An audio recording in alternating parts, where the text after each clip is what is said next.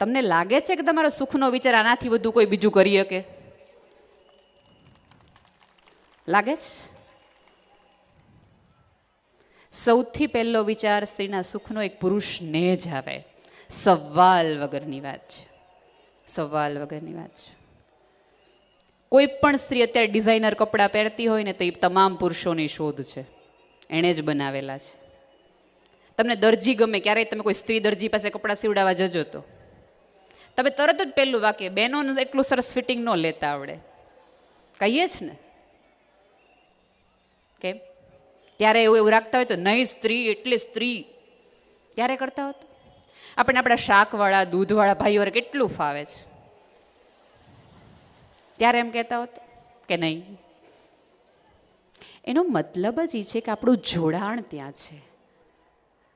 આપણી જીભ આપણા કંટ્રોલમાં ને. ટ્રસ્ટ મી, કોઈની તાકાત નથી કે આપણને સુખી થતા અટકાવી શકે. હું ઘણીવાર બહુ બધાને કહેતી હોઉં છું, મારી બધી બહેનપણીઓ કે જે વિવિધ પ્રકારના વ્રતો કરે ને, એટલે હું કહું કે શેની માટે કરે? તેમ કે પતિનું આયુષ્ય માટે વડ સાવિત્રીનું વ્રત છે મારે. સારી વાત છે, શ્રદ્ધાનો વિષય છે, કરવા જોઈએ. પણ એ વ્યસન છોડે ને એની માટે કોઈક દી ભૂખ્યા રહેવું જોઈએ. એની માટે પણ ભૂખ્યા રહ્યો તો એની આયુષ્ય એમનેમ લાંબી થઈ જશે. હું ઘણી વાર કહું કે જે સ્ત્રીની જીભ ટૂંકી એના પુરુષેનું આયુષ્ય લાંબુ. સમજી ગયા? જાત અનુભવ ખરો ને આપણને બધાને, એટલા માટે વ્રત આપણે એ પુરુષના સ્વાસ્થ્ય માટે રાખીએ. જ્યારે એ માવો ખાય, બીડી પીવે, અલગ અલગ પ્રકારના વ્યસનો આવે, ત્યારે એને કહો કે આજ હું નહીં જમું, હું આજે હંમેશ માટે એક દિવસ ભૂખી રહીશ. તો એને રિયલાઇઝ થશે કે આ ન કરીએ તો સારું, એને ખરેખર મારી ચિંતા છે. બાકી બિલીવ મી, તમારા વડ સાવિત્રીના વ્રતથી એને કોઈ ફેર જ નથી પડતો.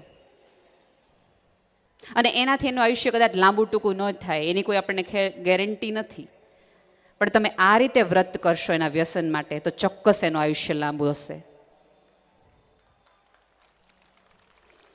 એને એવી શ્રદ્ધા તો ઉત્પન્ન થવા દો કે ખરેખર આ સ્ત્રીને મારી ચિંતા છે.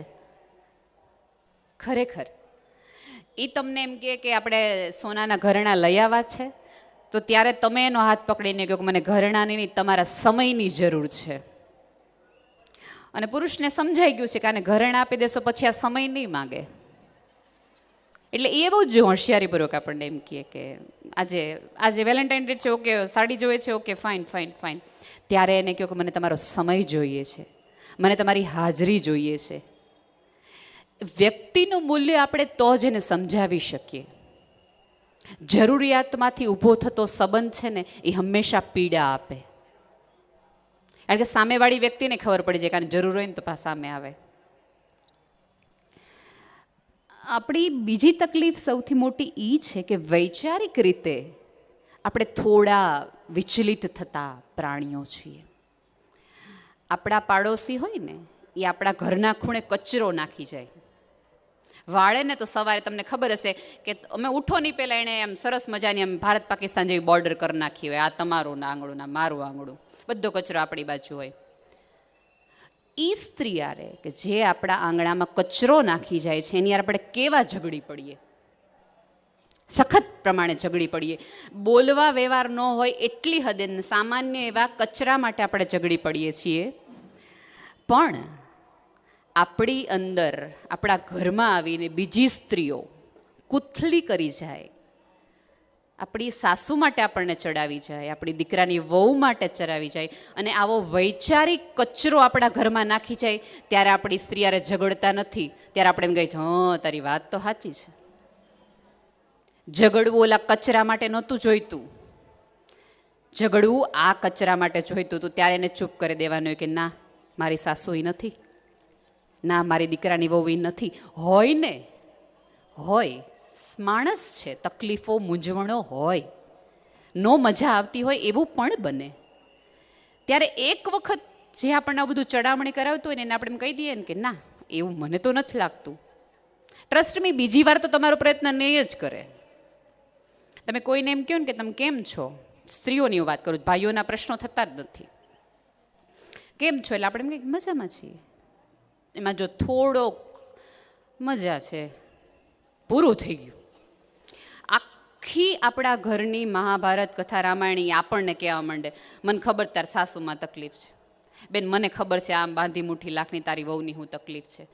હોય કે ન હોય, સામેવાળો વ્યક્તિ છે એ આપણને રિયલાઇઝ કરાવીને ઊભી થાય કે તમે બહુ દુઃખી માણસ છો, તમને બહુ તકલીફ છે. બેઝિકલી આપણો બધાનો સ્વભાવ છે ને એ જ એવો છે કે જેમાં આપણને કોઈ દુઃખી છે,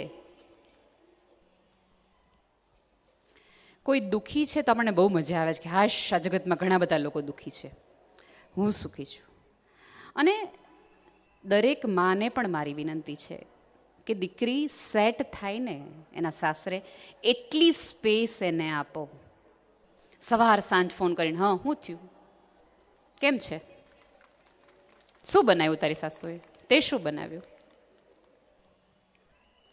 એટલો બધો ઇન્ટરફિયર ન કરો એના જીવનમાં કે એને મગજમાંથી તમે જાવ જ નહીં. એક વસ્તુ ભૂસાય, કાળો પાટીઓમાં આપણે બધા ભણ્યા છે કે એક વસ્તુ ભૂસાય તો બીજી લખાય, તો બીજી લખાય. માં થોડી જગ્યા આપે તો સાસુ બને અને પછી માની યાત્રા શરૂ થાય. એ આપણે કરતા જ નથી.